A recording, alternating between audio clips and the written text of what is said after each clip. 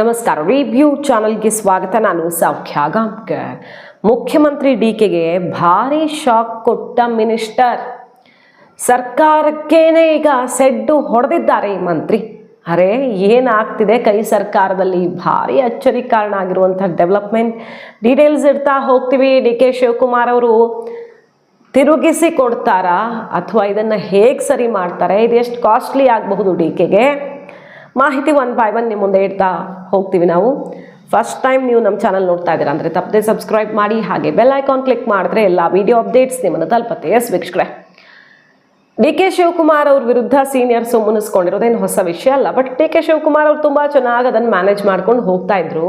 ಯಾಕಂದರೆ high command support ಇದೆ ಅವ್ರಿಗೆ. ಹೈಕಮಾಂಡ್ CMA ಚೇಂಜ್ ಮಾಡಿದೆ ಅಂದಮೇಲೆ ಇನ್ನು ಮಂತ್ರಿಗಳು ಪುಕಾರ್ ಕೇಳಿಸ್ಕೊಳ್ಳೋಕ್ಕೆಲ್ಲ ರೆಡಿ ಇರತ್ತಾ?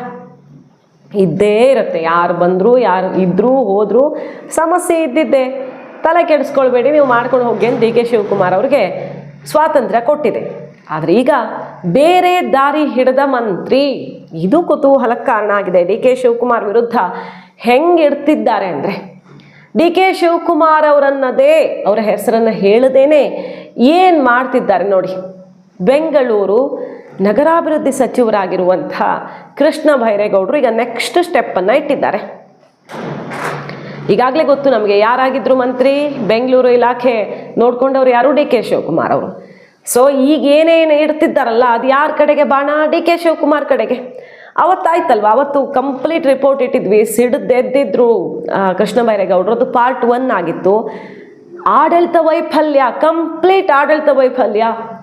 ವೈಟ್ ಟ್ಯಾಪಿಂಗ್ ಮಾಡಿ ಅದ್ರ ಮೇಲ್ಗಡೆ ಬ್ರಿಡ್ಜ್ ಮಾಡಿದ್ದಾರೆ. ಕೋಟಿ ಕೋಟಿ ಲೂಟಿ ಹೊಡೆಯೋದಕ್ಕೆ ಅಧಿಕಾರಿಗಳು ಏನು ಮಾಡ್ತಿದ್ದಾರೆ? ನಿದ್ದೆ ಮಾಡ್ತಿದ್ದಾರಾ? ವೈಟ್ ಲೈನ್ಸು ಇದ್ರ ಬಗ್ಗೆ ಎಲ್ಲ ತರಾಟೆಗೆ ತಗೊಂಡ್ರು. ಆಮೇಲೆ ಕಾಮಗಾರಿಗಳನ್ನು ಮಾಡಿಸೋದೇ ಬಿಲ್ ಮಾಡೋದಿಕ್ಕ, ಬಿಲ್ ಗೋಲ್ಮಾಲ್ಗ ಅಂತ ಬಣ್ಣ ಬಯಲು ಮಾಡಿದ್ರು ಸರ್ಕಾರದ್ದು.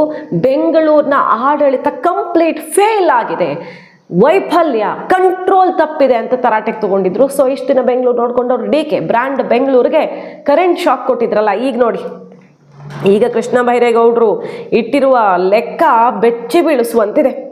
120 ಕೋಟಿ ನಾಯಿ ಸಂತಾನ ಶಕ್ತಿ ಹರಣ ಮಾಡೋದಕ್ಕೆ ಗೋಲ್ಮಾಲ್ ಆಗಿದೆಯಂತೆ. ಆ ಒಂದು ಪ್ರಾಜೆಕ್ಟಲ್ಲೂ 120 ಕೋಟಿ ಹೊಡೆದಿದ್ದಾರೆ ಅನ್ನೋದನ್ನ ಈಗ ಮಂತ್ರಿಗಳು ತೆರೆದಿಟ್ಟಿದ್ದಾರೆ. ಯಾರು ಮಾಡಿದ್ದಿದ್ದನ್ನ? ಹಾಗಾದ್ರೆ ಯಾರ ಕಡೆಗಿದು ಬಾಣ ಗೊತ್ತಿಲ್ಲ. 120 ಕೋಟಿ ನಾಯಿ ಸಂತಾನ ಶಕ್ತಿ ಹರಣ ಗೋಲ್ಮಾಲ್. 20 ಲಕ್ಷ ಗಿಡಗಳೇ ನಾಪತ್ತೆಯಾಗಿದ್ದಾವೆ. ನೆಟ್ಟೆ ಇಲ್ವಾ ಅಥವಾ ಅದ್ರ ಹೆಸರಲ್ಲಿ ದುಡ್ಡು ನುಂಗಿದ್ದಾರ? ಯಾರು ನುಂಗಿದ್ದಾರೆ? ಒಂದು ಗಿಡಕ್ಕೆ 2,000 2,500 ದುಡ್ಡು ಚಾರ್ಜ್ ಮಾಡಿದಾರ. ಈಗ ಮೊನ್ನೆ ಬೇರೆ ದಾಖಲೆ ಆಯ್ತು ಗಿಡ ನೆಡೋದಲ್ವಾ. ಒಳ್ಳೆ ಪ್ರಾಜೆಕ್ಟು, ಬಟ್ ಅಲ್ಲೂ ಏನಾದರೂ ನಡೆದಿದೆಯಾ? ಇದು ನಿಜವಾಗಿಯೂ ದಾಖಲೆ ಬರೆಯೋದು, ಅಲ್ಲಿ ಗಿಡದಿ ಗಿಡ ಕಡಿತಿದ್ದಾರೆ ಅಂದವರು ಸೆಡ್ ಹೊಡೆಯೋ ರೀತಿ ಪ್ರಾಜೆಕ್ಟಾ ಅಂತೆಲ್ಲ ಬೇರೆ ಬೇರೆ ಆಯಾಮದಲ್ಲಿ ಚರ್ಚೆ ಆಗಿತ್ತು. ಈ ಹೊತ್ತಲ್ಲೇ ಕೃಷ್ಣ ಬೈರೇಗೌಡರು ಅವರು ಇವತ್ತಿಂದು ಅಂತ ಹೇಳ್ತಿಲ್ಲ, ಓವರ್ ಆಲ್ ಲೆಕ್ಕ ಇಡ್ತಿದ್ದಾರೆ. ಗಿಡಗಳಿಗೆ ಒಂದು ಗಿಡ ನೆಡೋದಕ್ಕೆ ಎಷ್ಟು ಖರ್ಚು ಮಾಡಿದ್ದಾರೆ ಗೊತ್ತಾ? ಆ ಲೆಕ್ಕ ಕೇಳಿದ್ರೆ ನೀವು ಬೆಚ್ಚಿ ಬೀಳ್ತೀರಾ. ಹಿಂಗೂ ನಡೀತಿದ್ಯಾ ಬೆಂಗಳೂರಲ್ಲಿ ಅಂತ. 2,300 ರೂಪಾಯಿ ಒಂದು ಗಿಡ ನೆಡೋದಕ್ಕೆ. ನೀವು ಒಂದು ಗಿಡ ನೆಡೋದಕ್ಕೆ ಹೋದರೆ ಎಷ್ಟಾಗತ್ತೆ? ಒಂದು ಹೊಂಡ ತೋಡ್ತೀರಾ. ಗಿಡ ನಿಮ್ಮ ಹತ್ರ ಇಲ್ಲ ನರ್ಸರಿ ಅಂತಂದರೆ ಮ್ಯಾಕ್ಸಿಮಮ್ 20 50 ಬೇಡ 100 ರೂಪಾಯಿ ಕೊಟ್ಟು ತರ್ತೀರಾ. ನಿಮ್ಮದೇ ಏನೋ ಒಂದು ಕಡ್ಡಿ ತಗೊಂಡು ತೋಡಿದ್ರೂ ಆಯಿತು, ಗಿಡ ನೆಡ್ಬೋದು. ಸೊ ನೀವು ಹೆಚ್ಚಂದರೆ ಒಂದು 100-150 ರೂಪಾಯಿ ಖರ್ಚು ಮಾಡ್ತೀರಾ ಒಂದು ಗಿಡ ನೆಡೋದಕ್ಕೆ. ಬಟ್ ಸರ್ಕಾರ ಎಷ್ಟು ಖರ್ಚು ಮಾಡ್ತಿದೆ ಗೊತ್ತಾ? 2,300 ರೂಪಾಯಿ ಒಂದು ಗಿಡಕ್ಕೆ. ಹೆಂಗೆ ನೆಡ್ತಾರಪ್ಪ? ಅದು ಏನು ಗಿಡನೋ? ಚಿನ್ನದ ಬೇರಿರೋ ಗಿಡನೋ? ಏನು ಕಥೆನೋ ಅನ್ನೋ ರೀತಿಯಲ್ಲಿ ಈಗ ಆಕ್ರೋಶಕ್ಕೆ ಕಾರಣ ಆಗಿದೆ. ಕೃಷ್ಣ ಬೈರೇಗೌಡರು ಇಟ್ಟಂಥ ಲೆಕ್ಕ. ಗ್ರೇಟರ್ ಬೆಂಗಳೂರು ಅಭಿವೃದ್ಧಿ ಸಚಿವ ಕೃಷ್ಣ ಬೈರೇಗೌಡರು ಈಗ ತೀವ್ರ ಆಕ್ರೋಶ ವ್ಯಕ್ತಪಡಿಸಿದ್ದಾರೆ. ಏನೇನು ಗೋಲ್ಮಾಲ್ ನಡೆದಿದೆ ಎಲ್ಲ ಸರಿ ಮಾಡುವಂಥ ಸಮಯ ಬಂದಿದೆ. ಈಗ ಬಾಯಿ ಮುಚ್ಕೊಂಡು ಕೂತ್ಕೊಳ್ತೀನಿ ಅಂದ್ಕೊಂಡ್ರ ಎಲ್ಲ ಶುರುವಾಗುತ್ತೆ. ಫುಟ್ಪಾತ್ ತೆರವು ಮಾಡಿಸ್ತಿದ್ದಾರೆ, ನೋಡ್ತಾ ಇದ್ದೀವಿ. ಜನಾಕ್ರೋಶ ಸಿಡ್ತಿದೆ. ಬಟ್ ಫುಟ್ಪಾತ್ ತೆರವು ಮಾಡೋದು ತಪ್ಪ? ಹಾಗಾದರೆ ಜನಾಕ್ರೋಶ ಬರುತ್ತೆ ಅಂತ ಬೆಂಗಳೂರನ್ನ ಅಂದಾಗೆಡೋದಕ್ಕೆ ಬಿಡಬೇಕಾ? ಬೆಂಗಳೂರಲ್ಲಿ ಫುಟ್ಪಾತ್ ಮೇಲೆ ಅಂಗಡಿ ಇದೆ, ಕಂಡದ್ದೆಲ್ಲ ಇದೆ. ಅಲ್ಲಿ ಜನ ನಡ್ಕೊಂಡು ಹೋಗೋದಕ್ಕೆ ಕಷ್ಟ. ಜನ ಹಿಂಗಂತ ಅವ್ರಿಗೆ ಅಂಗಡಿ ತುಳಿದು ಬಿಡ್ತೀವಲ್ಲ ಅಂತ ನಡ್ಕೊಂಡು ಹೋಗ್ಬೇಕು. ಅಲ್ಲಿಂದ ಬೈಕು ಹೋಗುತ್ತೆ ಫುಟ್ಪಾತ್ ಮೇಲೆ. ಏನು ನಡೀತಿದೆ ಅನ್ನೋದೊಂದು ಆಕ್ರೋಶ ಇತ್ತಲ್ವಾ? ಅಂಗಡಿಯವ್ರದ್ದು ವಿರೋಧ ಇರ್ಬೋದು, ಬಟ್ ಜನರದ್ದು ವಿರೋಧ ಇದೆಯಾ ಇದಕ್ಕೆ? ಕೃಷ್ಣ ಬೈರೇಗೌಡರು ಬಿಗ್ ಸ್ಟೆಪ್ ಅನ್ನೇ ತಗೊಂಡ್ಬಿಟ್ಟಿದ್ದಾರೆ.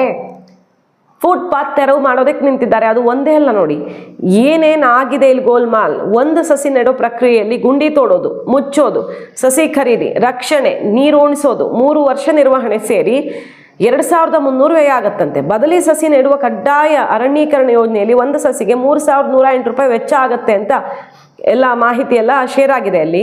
ಬಟ್ ಓಕೆ, ಇಷ್ಟೆಲ್ಲ ಖರ್ಚು ಮಾಡಿ ಮೇಂಟೈನ್ ಮಾಡಿ, ಹೆಂಗೆ ಮೇಂಟೈನ್ ಮಾಡಿದ್ದಾರೆ ಅವರು ಅನ್ನೋದು ಗೊತ್ತಿಲ್ಲ. ಮೇಂಟೈನ್ ಮಾಡಿ ಎಲ್ಲ ಮಾಡಿ ಸಸಿ ಕಾಣಬೇಕಿತ್ತಲ್ಲ.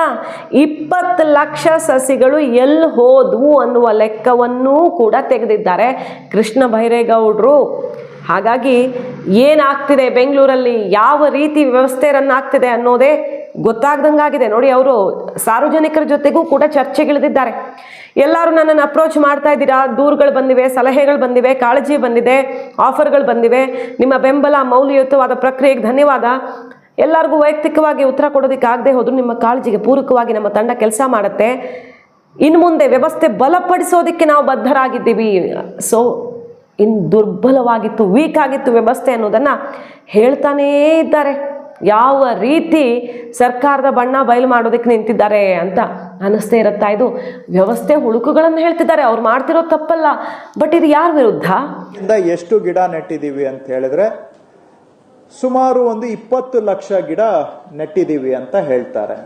ಒಂದು ಅಂದಾಜು 20 ಲಕ್ಷ ಗಿಡ ನೆಟ್ಟಿದ್ದಾರೆ. ಆಯ್ತು, ಇದರಲ್ಲಿ ಟ್ರೀ ಸೆನ್ಸಸ್ ಆಗಿದೆಯಲ್ಲ, ಟ್ರೀ ಸೆನ್ಸಸ್ ಪ್ರಕಾರ ಎಷ್ಟು ಗಿಡ ಇದಾವೆ ಅಂತ ಕೇಳಿದೆ. ಅವರು ಹೇಳ್ತಾರೆ ಟ್ರೀ ಸೆನ್ಸಸ್ 85% ಕಂಪ್ಲೀಟ್ ಆಗಿದೆ. ಆ 85% ಡೇಟಾನ ಇಟ್ಕೊಂಡು ನಾವು ಒಟ್ಟು ಬ್ಯಾಂಗ್ಳೂರಿನಲ್ಲಿ ಮರಗಳ ಸಂಖ್ಯೆ 9 ಲಕ್ಷ ಅಂತ ಹೇಳ್ಬಹುದು ಅಂತ ಹೇಳ್ತಾರೆ. ಇದು Cubbon park, Lalbagh, Indian Institute of Science, GKVK, Bengaluru university ಇಂಥವುಗಳನ್ನು ಹೊರತುಪಡಿಸಿ ಇದು ರಸ್ತೆ ಬದಿಯಲ್ಲಿ, ಬಹುಶಃ ಕೆರೆಗಳಲ್ಲಿ ಅಥವಾ ಲೇಔಟ್ಗಳಲ್ಲಿ ನೆಟ್ಟಿರೋ ಮರಗಳ ಸಂಖ್ಯೆ 9 ಲಕ್ಷ. ನಾನು ಅವ್ರಿಗೆ ಕೇಳಿದೆ, ನೀವು 2008ರಿಂದ 20 ಲಕ್ಷ ಗಿಡ ನೆಟ್ಟಿದ್ದೀವಿ, ಹಾಗಾದ್ರೆ ಈಗ ಇರೋದು 9 ಲಕ್ಷ ಗಿಡ ಆದ್ರೆ ಉಳಿದಿದ್ದ ಗಿಡ ಎಲ್ಲೋಯ್ತು? ಹಾಗಾದ್ರೆ ಮೈಸೂರು ಮಹಾರಾಜರು ನೆಟ್ಟಿದ್ದು ಎಲ್ಲೋದ್ವು? ಸ್ವಾತಂತ್ರ್ಯ ಬಂದ ನಂತರ ನಾವು ನೆಟ್ಟಿರೋ ಗಿಡಗಳು ಎಲ್ಲೋದ್ವು? ಇದು ಯಾವುದಕ್ಕೂ ಕೂಡ ಉತ್ತರ ಇಲ್ಲ, ಸಮಂಜಸವಾಗಂತೂ ಉತ್ತರ ಇಲ್ಲ. ಏನೇನೋ ಹೇಳಬೇಕು ಅಂತ ಹೇಳ್ತಾರೆ, ಆದರೆ ನನಗೆ ಕನ್ವಿನ್ಸ್ ಆಗುವಂತ ಉತ್ತರ ಅಂತೂ ನನಗೆ ಸಿಕ್ಕಿಲ್ಲ. ಆಮೇಲೆ ಕೇಳಿದೆ, ಒಂದು ಗಿಡ ನೆಡೋದಕ್ಕೆ ಎಷ್ಟು ಖರ್ಚಾಗುತ್ತೆ ಅಂತ. ಅವರು ಹೇಳ್ತಾರೆ ಒಂದು ಗಿಡ ನೆಡೋದಕ್ಕೆ 2300 ರೂಪಾಯಿ ಖರ್ಚಾಗುತ್ತೆ. BBMPದಾದ್ರೆ ಇನ್ನ ಕೆಲವು ಕಡ್ಡಾಯ ಅರಣ್ಯೀಕರಣ ಅಂತ ಹೇಳ್ತಾರೆ, ಕಾಂಪನ್ಸೇಟರಿ ಎಫಾರೆಸ್ಟೇಷನ್. ಆ ಕಾರ್ಯಕ್ರಮದಲ್ಲಿ ನೆಟ್ರೆ ಒಂದು ಗಿಡಕ್ಕೆ 3108 ರೂಪಾಯಿ ಖರ್ಚಾಗುತ್ತೆ ಅಂತ ಹೇಳ್ತಾರೆ. ಅರ್ಥ ಆಗ್ತಾ ಇದೆಯಾ ನಾನು ಹೇಳೋದು? ಕಾಂಪನ್ಸೇಟರಿ ಎಫಾರೆಸ್ಟೇಷನ್ ಅಂದ್ರೆ ಮೆಟ್ರೋನವರು ಒಂದು ಗಿಡ ಎಲ್ಲಾದ್ರೂ ತೆಗೆದ್ರೆ ಅದಕ್ಕೆ ಬದಲಿಯಾಗಿ 10 ಗಿಡ ನೆಡಬೇಕು. ಆ ಕಾರ್ಯಕ್ರಮದಲ್ಲಿ ಖರ್ಚು ಅವರೇ ಕೊಡ್ತಾರೆ, ಆ ಸಂಸ್ಥೆಯವರು, ಮೆಟ್ರೋ ಅಥವಾ ಬೇರೆ ರೈಲ್ವೇಸ್ ಅವರು ಯಾರೋ ಕೊಡ್ತಾರೆ. ಅಂತದ್ರಲ್ಲಿ ಆದ್ರೆ 3108 ರೂಪಾಯಿ ಒಂದು ಗಿಡಕ್ಕೆ ಖರ್ಚಾಗತ್ತೆ. ಯಾವ್ಯಾವ ಕಾಂಪೊನೆಂಟ್ಗೆ ಎಷ್ಟು ಅಂತ ಹೇಳಿದ್ರೆ, ಗುಣಿ ತೋಡಕ್ಕೆ, ಗುಣಿ ಮುಚ್ಚಕ್ಕೆ 300 ರೂಪಾಯಿ ಅಂತ ಎಸ್ಟಿಮೇಟ್ ಅಲ್ಲಿ ಇಟ್ಕೊಂಡಿದ್ದಾರೆ. ಹಾಗೆ ಗಿಡಕ್ಕೆ 159 ರೂಪಾಯಿ ಮತ್ತು ಕಡ್ಡಿಗೆ 18 ರೂಪಾಯಿ ಮತ್ತು ನೀರು ಹಾಕಕ್ಕೆ 1064 ರೂಪಾಯಿ. ನೀರು 3 ವರ್ಷ ನೀರು ಹಾಕಬೇಕು, ಅದು 20 ಬಾರಿ ನೀರು ಹಾಕಬೇಕು, ಅದಕ್ಕೆ ಆ ರೀತಿ. ಆಮೇಲೆ ಒಂದು ಗಿಡಕ್ಕೆ ಕಾವಲುಗಾರರಿಗೆ ಗುಂಡಿ ತೋಡಕ್ಕೆ 129, ಗುಂಡಿ ಮುಚ್ಚಕ್ಕೆ 157, 300 ಆಯ್ತು. ಸರಿನಾ? Over the last few days, thousands of Bengalurians have reached out to me on phone, on social media, in person, and on emails with suggestions, complaints, problems, and even offers of voluntary help. I sincerely thank you. Due to high volume of such communication and complex nature of the problems, I have not been able to respond individually. However, your communications and feedback are very important. Our team will try to address your issues. More importantly, we will focus on improving the system so that common problems can be solved by the local authorities without you having to reach higher authorities for basic issues. I thank you for your feedback, suggestions, and narration of problems. It gives a better understanding of the challenge we face in Bengaluru. I look forward to more feedback from you. Once again, thank you, and we will try to address them in a systemic way. ನಿಜವಾಗಿಯೂ ಅವರು ಸರ್ಕಾರದಲ್ಲಿ ಅವ್ರಿಗೆ ಬೇಕಾಗಿದ್ದೆಲ್ಲ ಆಗಿದ್ರೆ ಸಮಾಧಾನವಾಗಿ ಇದ್ದಿದ್ರು ಹಿಂಗೆ ನಡ್ಕೊಳ್ತಿದ್ರ ಗೊತ್ತಿಲ್ಲ. ಅವ್ರು ಹಿಂದಿದ್ದ ಇಲಾಖೆಯಲ್ಲಿ ಏನು ಸಮಸ್ಯೆಗಳಿರಲಿಲ್ಲ ಅನ್ಸುತ್ತೆ, ಮೋಸ್ಟ್ಲಿ ಕಂದಾಯ ಬೇರೆ ಇಲಾಖೆಗಳನ್ನ ನಿಭಾಯಿಸಿದಾಗ. ಈ ಇಲಾಖೆಯಲ್ಲಿ ಸಿಕ್ಕಾಪಟ್ಟೆ ಗೋಲ್ಮಾಲು ಭ್ರಷ್ಟಾಚಾರ ನಡೆದಂಗೆ ಕಾಣಿಸ್ತಿದೆ. ಈಗ ಬಂದಿರುವಂಥ ಇಲಾಖೆಯಲ್ಲಿ ಅದು ಡಿ ಕೆ ಶಿವಕುಮಾರ್ ಅವರ ಅವಧಿಲಾಗಿದ್ದೋ ಅದಕ್ಕಿಂತ ಹಿಂದಾಗಿದ್ದೋ ನಮಗೆ ಗೊತ್ತಿಲ್ಲ. ಒಟ್ಟಿನಲ್ಲಿ ಸಿಕ್ಕಾಪಟ್ಟೆ ಅಕ್ರಮ ಆಗಿರೋದನ್ನು ಕೃಷ್ಣ ಬೈರೇಗೌಡರೇ ಹೇಳ್ತಿದ್ದಾರೆ. ಈಗ ಟ್ರೀ ಸೆನ್ಸಸ್ ಆಗಬೇಕು, 85% ಪೂರ್ಣಗೊಂಡಿರುವ ಟ್ರೀ ಸೆನ್ಸಸ್ ಪ್ರಕಾರ ನಗರದಲ್ಲಿರೋ ಒಟ್ಟು ಮರಗಳ ಸಂಖ್ಯೆ ಕೇವಲ 9 ಲಕ್ಷ. ಹಾಗಾದರೆ ಎಲ್ಲ ನೆಟ್ಟ ಮರಗಳು, ಮೈಸೂರು ಮಹಾರಾಜರ ಕಾಲದಿಂದ ನೆಟ್ಟ ಮರಗಳು ಎಲ್ಲಿ ಹೋಗಿವೆ, ಬಾಕಿ ಗಿಡಗಳಲ್ಲಿ ಎಲ್ಲಿ ಹೋದವು, ಆ ಉತ್ತರನೂ ನಮಗೆ ಕೊಡಿ ಅಂತ ಲೆಕ್ಕ ತೆಗಿತಿದ್ದಾರೆ. ಅವರು ಮೂಲಕ್ಕೆ ಕೈ ಹಾಕಿದ್ದಾರೆ ಈಗ ಕೃಷ್ಣ ಬೈರೇಗೌಡರು. ಸೊ ಈಗ ಸಾರ್ವಜನಿಕರ ಸಹಭಾಗಿತ್ವದಲ್ಲಿ ಗಿಡ ನೆಡೋ ಕಾರ್ಯಕ್ರಮ ಹಮ್ಮಿಕೊಳ್ಳಲಾಗುತ್ತೆ. ನಿವಾಸಿಗಳ ಕ್ಷೇಮಾಭಿವೃದ್ಧಿ ಸಂಘಗಳ ಬೇಡಿಕೆಗೆ ಅನುಗುಣವಾಗಿ ಗಿಡಗಳನ್ನು ಕೊಡಲಾಗುತ್ತೆ. 64,000 ಗಿಡ ನೆಡೋದಕ್ಕೆ 9 ಕೋಟಿ ರೂಪಾಯಿ ಮೀಸಲಿಡಲಾಗಿದೆ. ಬಟ್ ಎಲ್ಲ ಕೆಲಸ ಅಚ್ಚುಕಟ್ಟಾಗಬೇಕು, ಲೆಕ್ಕ ತೋರಿಸೋದಲ್ಲ, ಗಿಡ ಮೇಂಟೈನ್ ಆಗಿದೆ ಆ ಲೆಕ್ಕ ಬೇಕು ಅನ್ನೋದನ್ನು ಅವ್ರು ಹೇಳ್ತಿದ್ದಾರೆ. ಮತ್ತು ಈ ಸಂತಾನ ಶಕ್ತಿ ಹರಣ ನಾಯಿಗಳದ್ದು ಇಷ್ಟು ಗೋಲ್ಮಾಲ್ ಆಗಿದೆ ಅನ್ನೋದು ಯಾರಿಗೂ ಗೊತ್ತಿರಲಿಲ್ಲ. ಕೃಷ್ಣ ಬೈರೇಗೌಡರು ಹೇಳಿದ ಮೇಲೆ ಗೊತ್ತಾಗಿದ್ದು. ಆದರೆ ನಾಯಿಗಳ ಸಂಖ್ಯೆ ಬೆಂಗಳೂರಲ್ಲಿ ಇನ್ನೂ ಜಾಸ್ತಿ ಆಗಿದೆ ಅಂತೆ.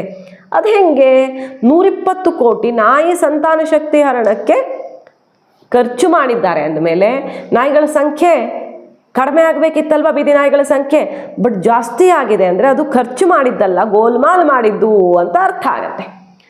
ಎಲ್ಲ ಒಂದೊಂದೇ ತೆಗಿತಿದ್ದಾರೆ ನೋಡಿ. ಈಗ ಇಲ್ಲಿ ವೈಟ್ ಟ್ಯಾಪಿಂಗ್ ಅಂತೆ, ಅದ್ರ ಮೇಲ್ಗಡೆ ಬ್ರಿಡ್ಜ್ ಮಾಡೋದಂತೆ, ಫ್ಲೈಓವರ್ ಮಾಡೋದಂತೆ.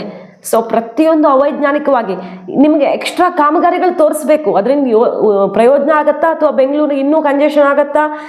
ಅವೈಜ್ಞಾನಿಕ ಅನ್ನೋದು ಏನಿಲ್ಲ, ಜಸ್ಟ್ ಬಿಲ್ ಮಾಡಬೇಕು. ಅದಕ್ಕೆ ಅಲ್ವಾ ನೀವು ಮಾಡಿದ್ದಿದ್ದು. ಅಕ್ರಮ ಲೇಔಟ್ಗಳ ಬಣ್ಣವನ್ನು ಬಯಲು ಮಾಡಿದ್ರು ಇದೇ ಕೃಷ್ಣ ಬೈರೇಗೌಡರು. ಅಕ್ರಮ ಲೇಔಟ್ಗಳು ಏನೇನಿದೆ ಇಲ್ಲಿ, ಯಾಕೆ ಸಮಸ್ಯೆ ಆಗ್ತಿದೆ, ಯಾಕೆ ಓವರ್ಫ್ಲೋ ಆಗ್ತಿದೆ, ಡ್ರೈನೇಜ್ ಬ್ಲಾಕ್ ಆಗೋದಕ್ಕೆ ಕಾರಣ ಏನು, ಏನೇನು ಗೋಲ್ಮಾಲ್ ನಡೆಸಿದ್ದಾರೆ ಎಲ್ಲ ತೆರೆದಿಟ್ಟಿದ್ರು. ಈಗ ಗಿಡ ನೆಡೋದು, ನಾಯಿ ಸಂತಾನ ಶಕ್ತಿ ಹರಣ ಪ್ರಕ್ರಿಯೆಯಲ್ಲೂ 100 ಕೋಟಿ ಗೋಲ್ಮಾಲ್ ಅಂದರೆ ಸರ್ಕಾರದಲ್ಲಿ ಏನು ನಡೀತಿದೆ ಅನ್ನೋದನ್ನು ಬಯಲಿಗೆ ಎಳೆಯೋದಕ್ಕೆ ನಿಂತೇ ಬಿಟ್ರ ಕೃಷ್ಣ ಬೈರೇಗೌಡರು. ಭಾರಿ ಕುತೂಹಲಕ್ಕೆ ಕಾರಣ ಆಗಿದೆ. ಪಶುಸಂಗೋಪನಾ ಇಲಾಖೆಯಲ್ಲಿ 19 ಅಧಿಕಾರಿಗಳಿದ್ರು. ಅಗತ್ಯ ಮಾಹಿತಿ ಇಲ್ಲದೆ ಸಭೆಗೆ ಬಂದಿದ್ದೀರಾ? ಯಾಕೆ ಬಂದ್ರಿ? ಇಷ್ಟು ಜನ ಇದ್ದೀರಾ, ಬಟ್ ಅಗತ್ಯ ಮಾಹಿತಿಯೇ ಇಲ್ಲದೆ ಬಂದಿದ್ದೀರಾ? ಏನು ತಮಾಷೆ ನೋಡಕ್ಕೆ ಬಂದಿದ್ದೀರಾ? ಸಭೆಯಿಂದ ಹೊರಗೆ ಕಳಿಸ್ಬೇಕಾ? ಒದ್ದು ಸಭೆಯಿಂದ ಹೊರಗೆ ಕಳಿಸ್ಬೇಕಾ ಅಂತ ಅಸಮಾಧಾನ ವ್ಯಕ್ತಪಡಿಸಿ ಕರ್ತವ್ಯದಿಂದ ಬಿಡುಗಡೆ ಮಾಡಿ ಇವರನ್ನ ಅಂತ ಆದೇಶವನ್ನು ಕೊಟ್ಟಿದ್ದಾರೆ. ಈ ರೀತಿ ಕೆಲಸ ಮಾಡಿದರೆ ಏನು ಪ್ರಯೋಜನ? ಒದ್ದು ಕಳಿಸ್ಬೇಕಾ ಅನ್ನೋ ತನಕ ಅವರ ಪಿತ್ತ ನೆತ್ತಿಗೇರಿದೆ. ಬೆಂಗಳೂರನ್ನ ಅವ್ಯವಸ್ಥೆಯನ್ನು ಕಂಡು ಕೆಂಡವುಗೊಳ್ಳುತ್ತಿದ್ದಾರೆ ಕೃಷ್ಣ ಬೈರೇಗೌಡರು. ಸರಿ ಮಾಡ್ತೀನಿ ಅಂತ ನಿಂತಿದ್ದಾರೆ. ಸರಿ ಮಾಡಲಿ, ಬೆಂಗಳೂರಲ್ಲಿ ಏನೇನು ಸಮಸ್ಯೆ ಇದೆ ಅನ್ನೋದನ್ನು ನೋಡ್ತಾ ಇದ್ದೀವಿ. ಕೃಷ್ಣ ಬೈರೇಗೌಡರಿಗೆ ಇದು ಒಂದು ಗಮನಕ್ಕೆ ಹೋದ್ರೆ ತುಂಬ ಒಳ್ಳೆಯದು. ಎಷ್ಟೋ ದಿನಗಳಿಂದ ಈ ಮೋರಿ, ವೃಷಭಾವತಿ, ಕೆಂಗೇರಿ ಮೋರಿ ಓಪನ್ ಆಗಿ ಹರಿಯುತ್ತೆ. ಬೇರೆ ದೇಶಗಳಲ್ಲೆಲ್ಲ ಮೋರಿ ಹಿಂಗೆ ಓಪನ್ ಆಗಿ ಹರಿಯುತ್ತಾ? ಅದಕ್ಕೇನಾದರೂ ಕ್ಲೋಸ್ಡ್ ಸಿಸ್ಟಮ್ ಮಾಡೋದಕ್ಕೆ ಅವಕಾಶನೇ ಇಲ್ವಾ? ಕಟ್ಕೊಂಡ್ರೆ ಆಪ್ರೇಟ್ ಮಾಡೋದಕ್ಕೆ ಓಪನಿಂಗ್ಸ್ ಇಡ್ಬೋದು. ಇಂಥದ್ದೆಲ್ಲ ತುಂಬ ವಿಚಾರಗಳಿವೆ. ಎಷ್ಟೋ ವರ್ಷಗಳಿಂದ ಅಡ್ರೆಸ್ ಮಾಡದಿರೋದು, ಅದನ್ನೆಲ್ಲ ಅಡ್ರೆಸ್ ಮಾಡಿದ್ರೆ ತುಂಬ ಒಳ್ಳೆಯದು. ಬದಲಾವಣೆ ಮಾಡೋಕೆ ನಿಂತಿದ್ದಾರೆ. ಇದು ಆಕ್ರೋಶದಿಂದಾನೋ, ಯಾರಿಗೋ ಪಾಠ ಕಲಿಸೋದಿಕ್ಕೋ, ಅಥವಾ ತಮಗೆ ಪೂರ್ತಿ ಇಲಾಖೆ ಕೊಡದಿರೋ ಸಿಟ್ಟಿಗೋ, ಅಥವಾ ಕೆಲಸ ಮಾಡಿ ತೋರಿಸೋದಿಕ್ಕೋ, ಯಾವುದಕ್ಕಾದರೂ ಇರಬಹುದು. ಒಟ್ಟಿನಲ್ಲಿ ಕೃಷ್ಣ ಬೈರೇಗೌಡರು ಈಗ ಸರ್ಕಾರದಲ್ಲಿ ಎಲ್ಲರ ಗಮನ ಸೆಳೆತಿದ್ದಾರೆ. ಮಾಹಿತಿ ಇಷ್ಟ ಆಗಿದ್ರೆ ಮಿಸ್ ಮಾಡದೆ ನಮ್ಮ ಚಾನಲ್ನ ಸಬ್ಸ್ಕ್ರೈಬ್ ಮಾಡಿ, ನಿಮ್ಮ ಅಭಿಪ್ರಾಯ ಕಮೆಂಟ್ ಮಾಡಿ ತಿಳಿಸಿ. Thank you.